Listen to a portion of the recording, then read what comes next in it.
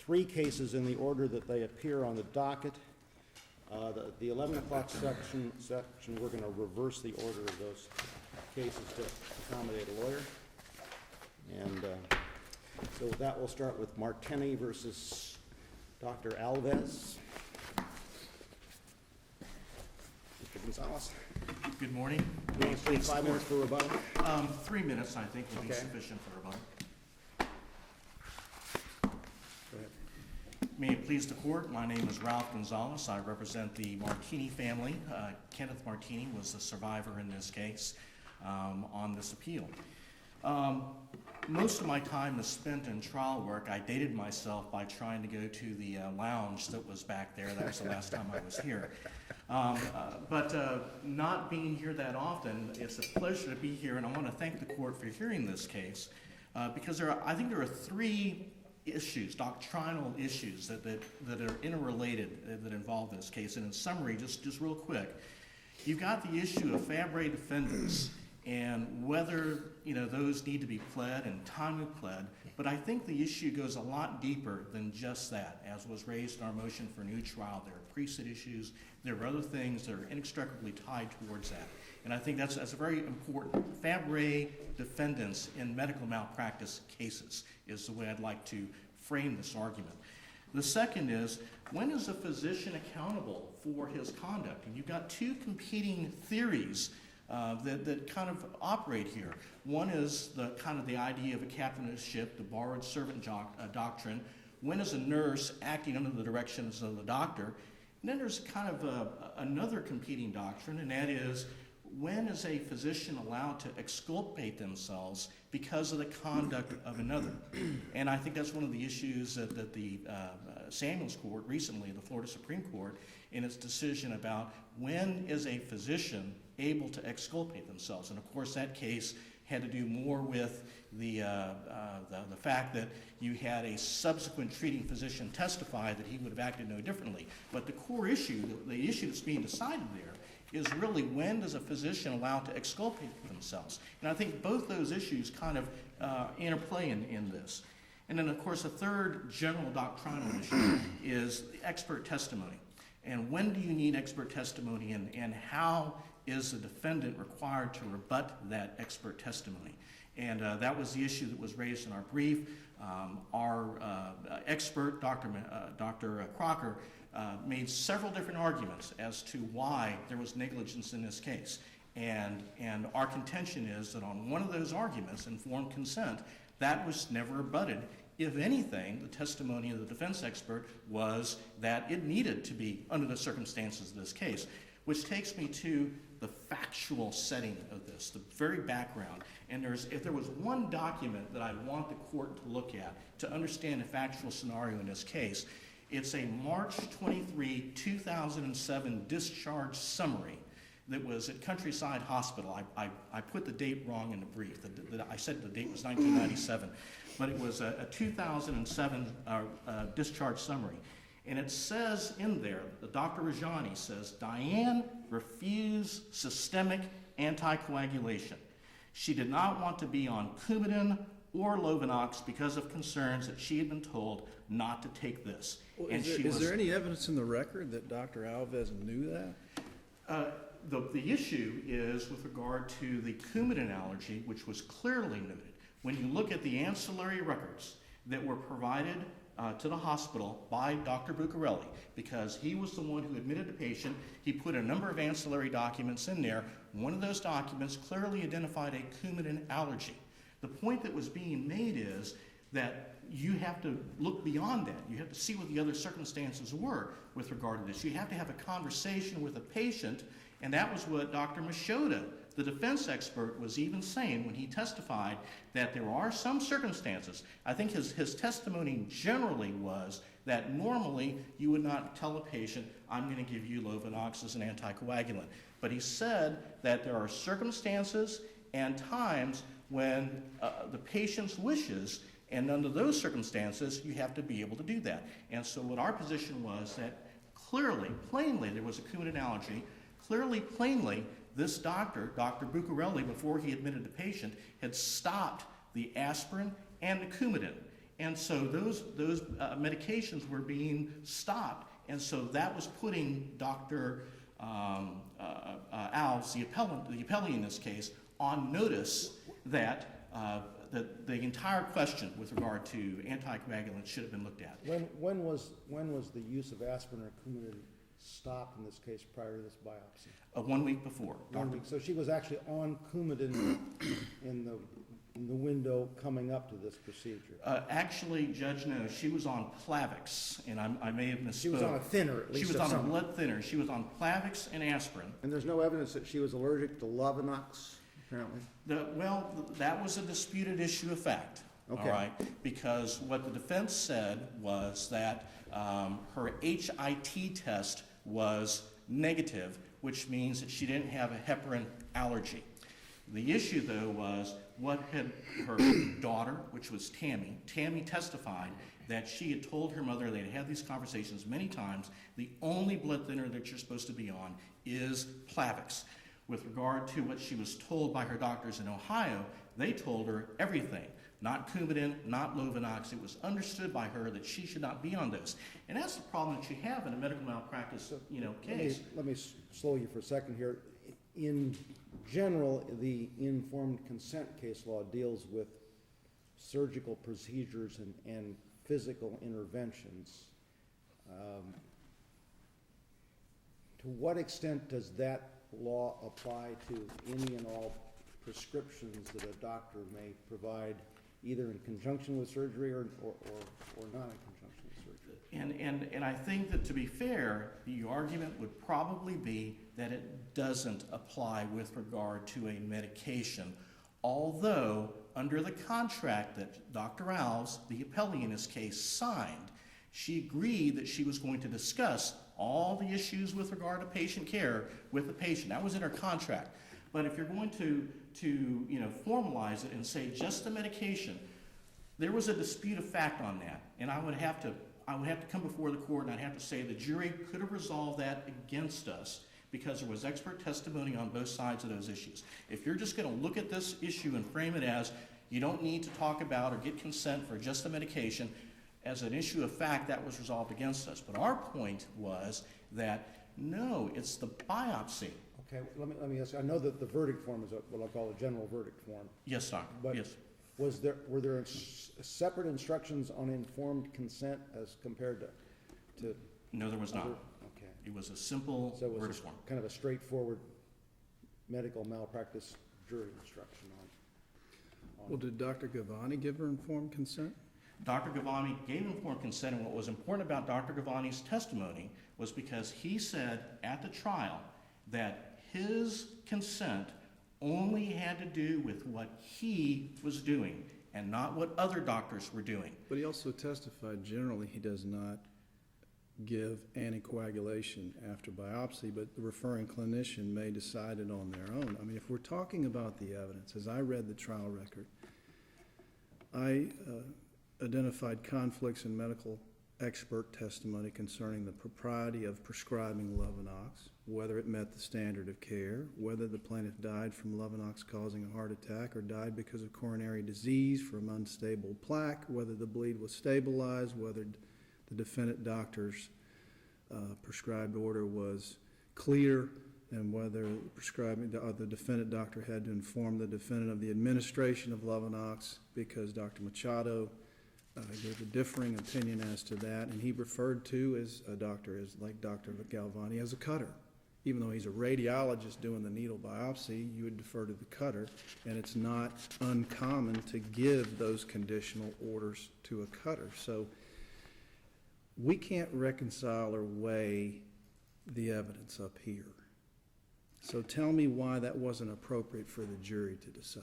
And that's why, of all the issues that were out there, in fairness, I had to recognize that the jury could have resolved, because there was a factual dispute, expert testimony on both sides of those issues, except for the issue of informed consent.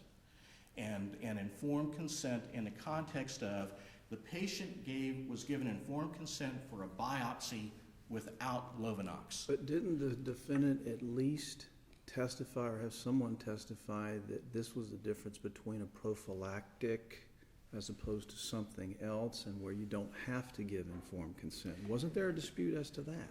Well, there was a dispute about whether or not in the context of just giving Lovenox, and that was the issue how that was being framed. If the only issue here was she came into the hospital and she'd be given Lovenox and there was no biopsy, then you would be correct. You wouldn't have to give that type of informed consent under that circumstance.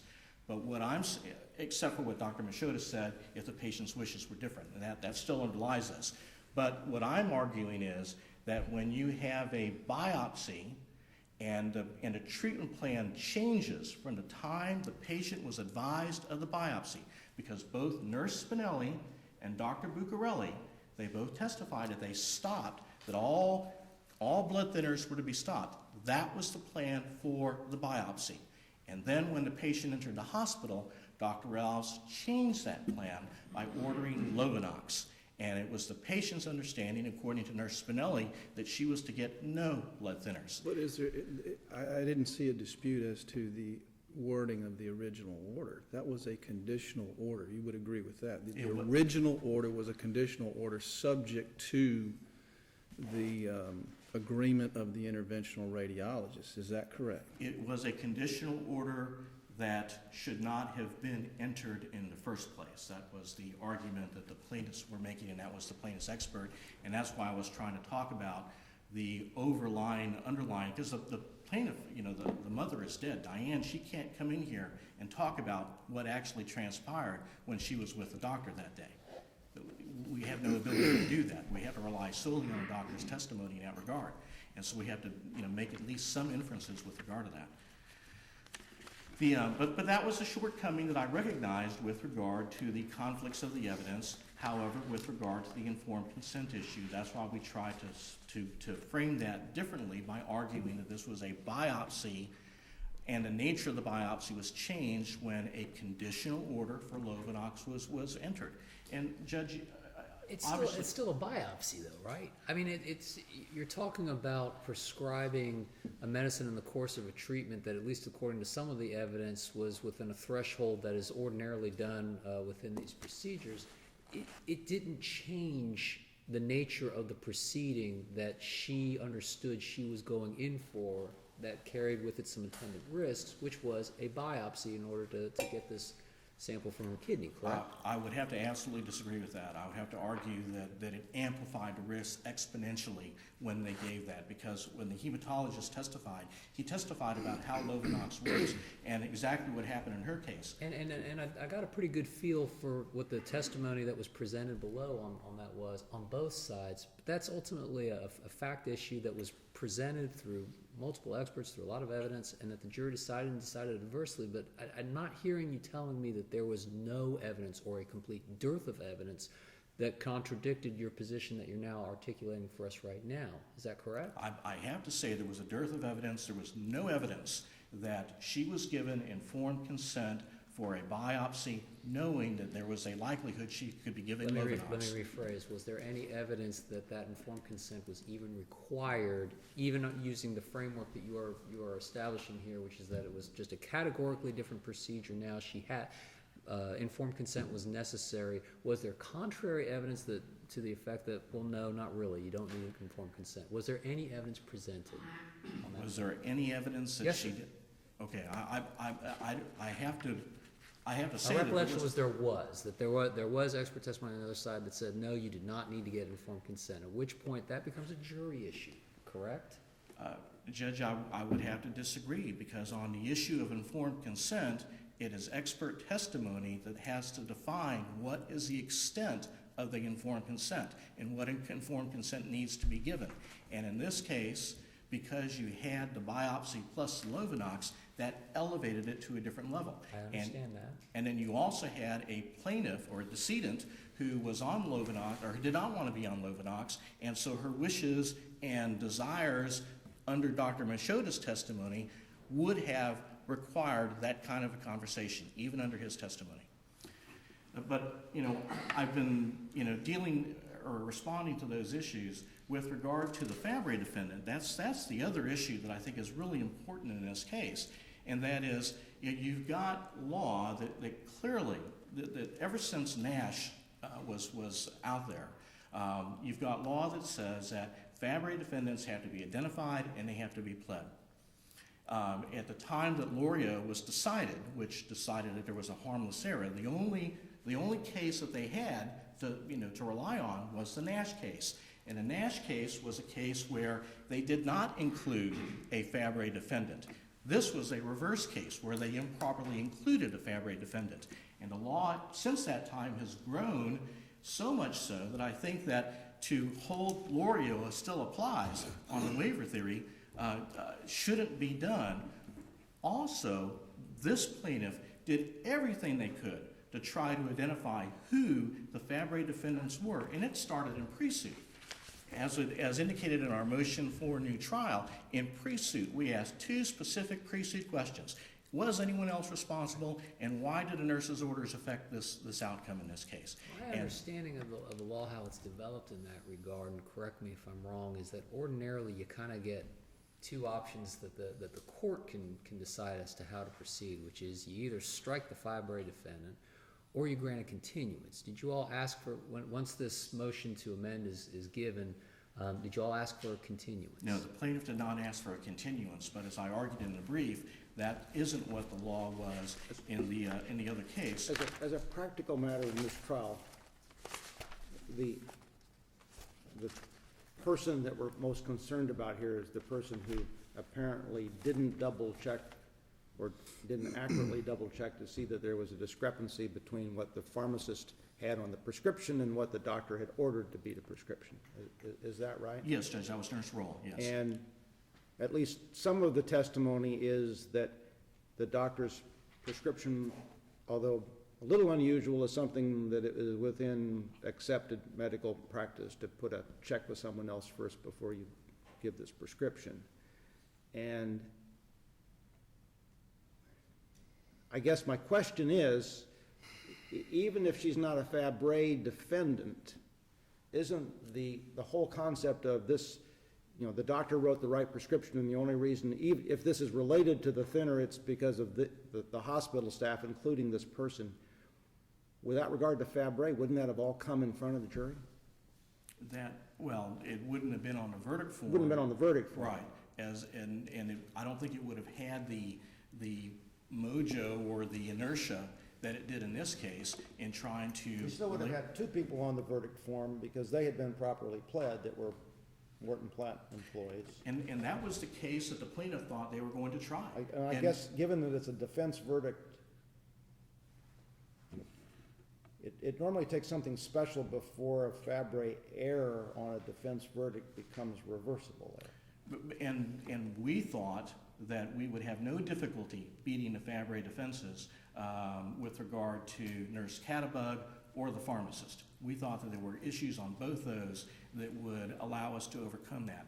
It was the late addition of Nurse Roll, and it was the late addition of a nursing expert to wrap all that together that left us in a position where we didn't have really much to do. Well, you tried the case in July of 2014. You found out about Nurse Roll in February 2014 when you took Nurse Cattabig's, I don't know how to pronounce that, her deposition when she testified that Roll was the nurse who had performed the cross-check. And then when was Nurse Clark's, the nursing expert's affidavit, Nurse Clark, who identified Nurse Roll as deviating from the standard? I think that was in May. Okay, and then you took took Nurse Roll's deposition, correct? We took her deposition like days before the trial. After taking her deposition, did you move to strike her? No, we did not move Why to strike not? her as a witness in the case. Well, if she so prejudices you as a Fabry defendant, it's so unfair to put her and add her to the verdict form. Why didn't you move to strike her after you took her testimony? I'm sorry. Move to strike her as a Fabry defendant? Yes. Oh, after I'm sorry. taking her deposition. I thought you meant as a witness in preventing her deposition from being read. We were arguing up until the very end that she should not be allowed as a Fabry defendant. I mean, that was an ongoing argument that throughout the entire trial that she shouldn't be included as a Fabry defendant. At trial, I remember reminding the judge that we had asked to have her not put on the verdict form, and I believe during the charge conference, we even reiterated that objection one Well, more this time. goes back to Mr. Judge Gonzalez, he Altberg's started question. asking you questions at about the 18th minute. We Oh, can I'm go on sorry. with this, I'll give you a little extra time. Because it goes to Judge Altenberg's question was, the fact that she did not transcribe the order verbatim to include the conditional consent or agreement of interventional radiologists would have been before the jury anyway, and I don't believe the judge in his or her discretion would have erred by allowing the defendant to point at her or argue about her lack of care or breach of standard of care. So this Well, would have come in anyway, would it not? The evidence may have come in, but then you had the nursing expert that was added, was the frosting on the cake that was thrown on top of that, that you know, put us in a position where we weren't able to go out and get our own expert at that point. And, you know, what the court should have done, according to the black letter law, was to say to the defense, I'm either going to grant your motion to strike this defense, or I'm going to continue the case and allow you to amend the pleadings so that the plaintiff has fair notice and can proceed to do whatever they need in terms of experts or anything else. Okay, I'll save you a couple minutes for rebuttal. Thank you very much. Hear from the appellees?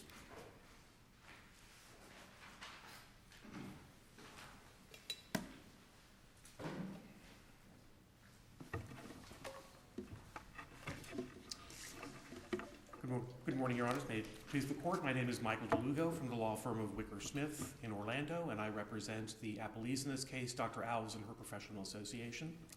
I think that the Court has certainly hit on what I wanted to point out as the theme of my presentation this morning, which is that this is a jury verdict.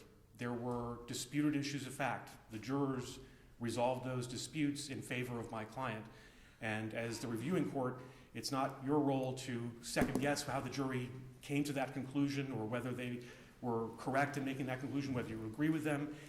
It is to determine whether, for the majority of the issues raised, whether there is competent, substantial evidence in the record to support the jury's verdict.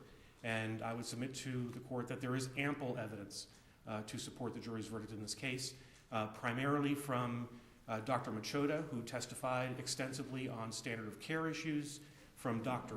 Stephen Factor, who gave testimony with regard to causation in this case, and it basically established without any response that Ms. Marteny died not as a result of any internal bleeding or the introduction of Lovenox, but because of unstable plaque that caused a myocardial infarction roughly 24 to 48 hours prior to her death on December the 14th.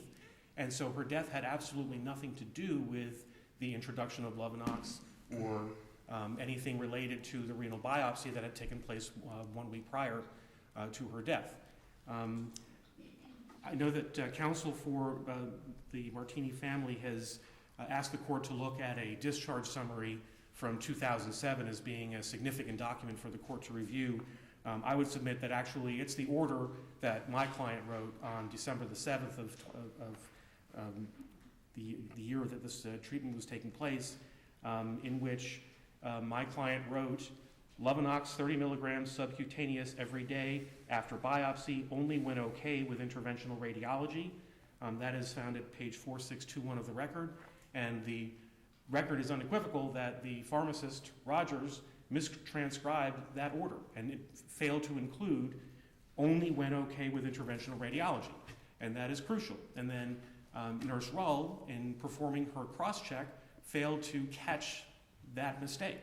And so as a result, when Nurse Katubig went to administer Lovenox, when she reviewed the order, there was nothing in the order to tell her that she needed to clear this with interventional radiology before she introduced it. Going back to Nurse Rull's role in the trial proceedings, one thing that troubles me a little bit about how this played out procedurally, not necessarily a fact issue or a jury issue, but how the trial ultimately commenced was, we have a pretrial order in place by the trial court that tells you, name your 5-grade defendants by a certain date, get all your amendments to your pleadings done by a certain date. You all have ample knowledge of Nurse Roll's participation in these events, whatever they may have been, seems to me long before the deadlines. And yet, you're asking to include and change the very nature of the case on the Friday before trial. And I guess it's just the whole notion that when you have a pretrial order that sets deadlines, an order's an order, and shouldn't that mean something? And should that have any bearing in our analysis and review of this case? Absolutely, a pretrial order means something. Absolutely, it should be complied with. But I don't believe it changes the court's analysis in this case, because the identity of Ms. Roll was known to all parties as early as February of 2014, and our retained nurse expert, Alexa Clark, identified the issue with Nurse Roll in May of 2014, which is roughly 6 weeks prior to trial. So the issue, I believe, comes down to whether there is actual prejudice. When was this case pre-tried to this trial? June 26th, I believe. And was this I could be wrong. It's in late June. Was there a motion to amend the answer to include an additional Fabre defendant? There was. At that time? I don't recall the date of the motion for leave to amend, but there was there was a request. There was a motion to amend to add her to the answer. I believe so. I hesitate only because I want to make, For some reason, I had the impression that the pleadings were never, ever amended to add this nurse.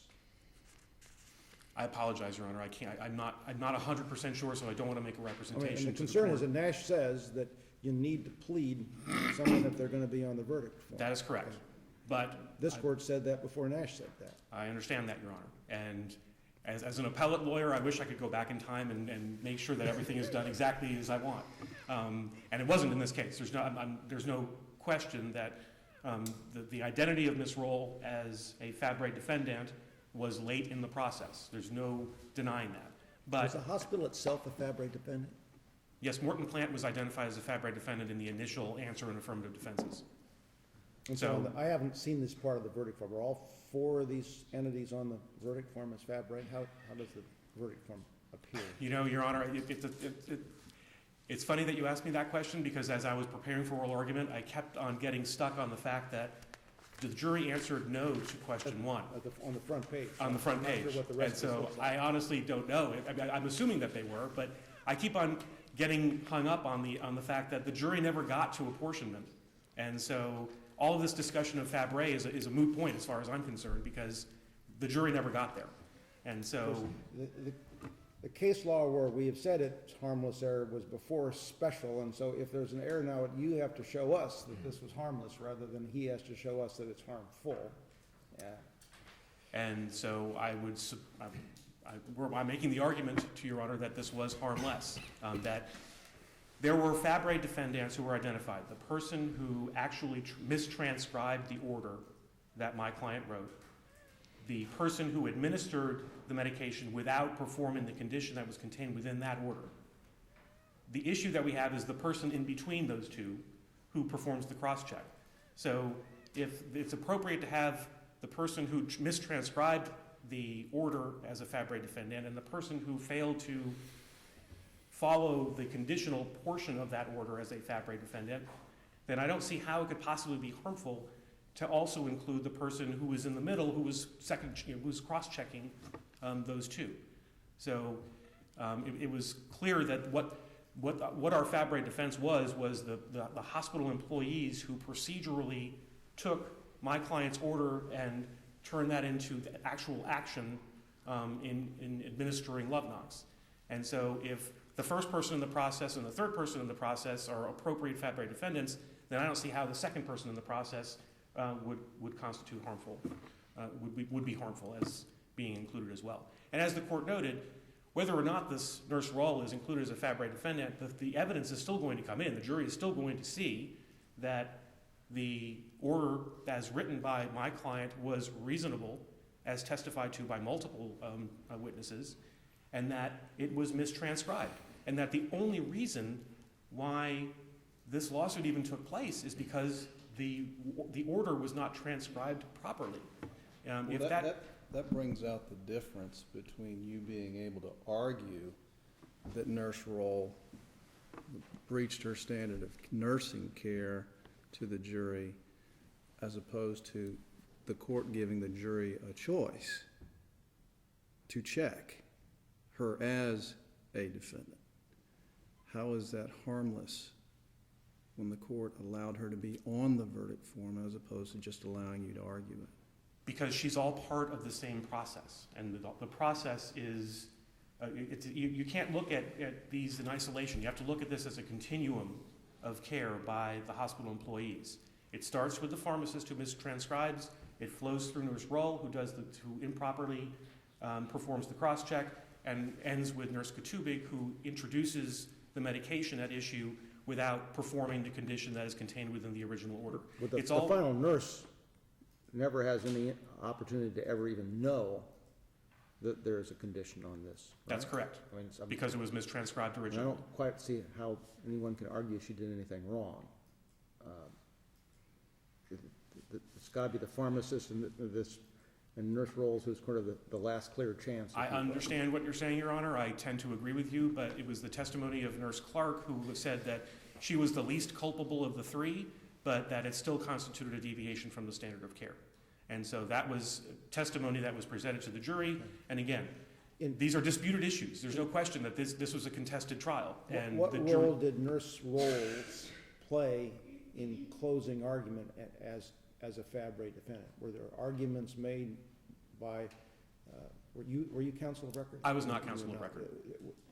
Were there arguments made about her being a Fabry My partner defendant was, and what they should do on the verdict form if they got that? my partner was the lead counsel, and I am sure that he raised that as an issue. I mean, that's something that... So that's a difference between how this case would have played out if she were only part of the evidence and not one of these Fabry non-party parties. That is correct.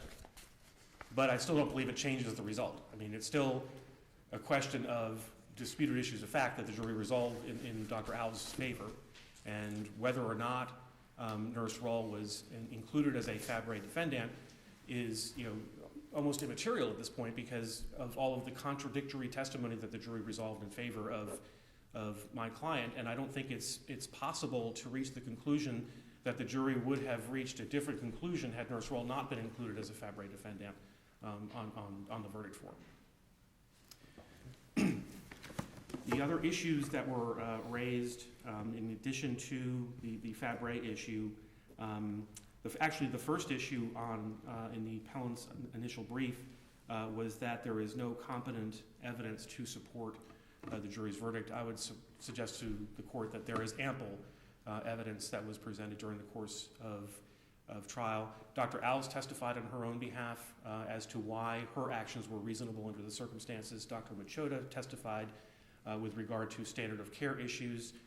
He performs the same function that Dr. Alves does at the Cleveland Clinic, and he provided extensive testimony that the jury could rely upon in reaching the conclusion that Dr. Alves met the standard of care in this case. And as I mentioned, Dr. Factor testified in a manner that is really unrebutted in the testimony regarding causation, that the issue of the introduction of Lovenox and the issue of any internal bleeding related to the performance of the biopsy had nothing to do with Ms. Marteny's death, that she died of a myocardial infarction on December 14th, because of a myocardial infarction that occurred between 24 and 48 hours prior to her death on December 14th. The dates are critical in this case. Dr. Alves saw Ms. Marteny only once on December 7th. The biopsy was performed on December 8th. The introduction of Lovenox occurred on December 9th, and the death occurred on December 14th because of a myocardial infarction that took place somewhere between 24 and 48 hours prior to December 14th. So Dr. Factor presents evidence that completely breaks any causal chain between any allegations of negligence on the part of Dr. Alves and Ms. Marteny's death. But there is also ample evidence in the record to support Dr. Alves' standard of care in this case. And unless the court has any further questions, I will sit down. I have one question for you. You have filed a motion for attorney's fees, and I believe it's based on offer of judgment. Yes, Your Honor. Right. We would normally, if you were the prevailing party, remand that for a determination of both entitlement and amount. Yes, Your Honor. And I didn't know whether the, I guess, comparable motion below has been resolved yet or not. I do not believe it was. Sometimes, I mean, we handle that differently depending, Right. and we've had a very good relationship with counsel for the Marteny family in this Often case. they just hold these things off. to And the I think end. we were just waiting. Okay, all right, thank you. Thank you. Mr. Gonzalez, briefly? I do want to echo that both counsel on both sides have worked very professionally in this case. Mr. Watts is an excellent trial lawyer, and we work very well with him.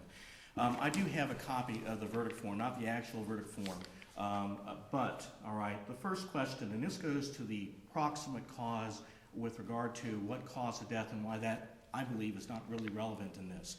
And that is, the first question was there negligence on the part of the defendant, Dr. Alves, which was a legal cause of the death of Diane Marteny? We don't know how the jury resolved that issue.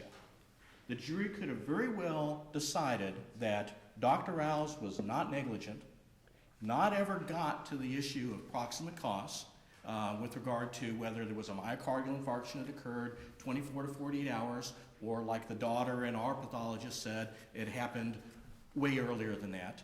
All right, we never know if the jury got there, because the jury could have said that Dr. Alves wasn't negligent. What was interesting in this case was that while we were out on deliberations, the court called us in because the jury had made a mistake on a verdict form. They wanted to change something on a verdict form. We never knew what that was. We don't know what they changed, all right? But we don't know what that is. And that raises the issue of jury nullification. And that's one of the reasons why the courts have said in the appellate courts on this Faber issue, we're not going to speculate as to how this occurred. And that is, it could very well have been that when the jury was looking at this, they thought that Dr. Alves was negligent, but they weren't going to go there because the second question that you were asking was, how was this identified? And the second question was there negligence on a part of Morton Plant Hospital through the actions of Nurse Roll, Nurse Cattabug, or Pharmacist Rogers, which is a contributing legal cause to the death of Diane Marteny.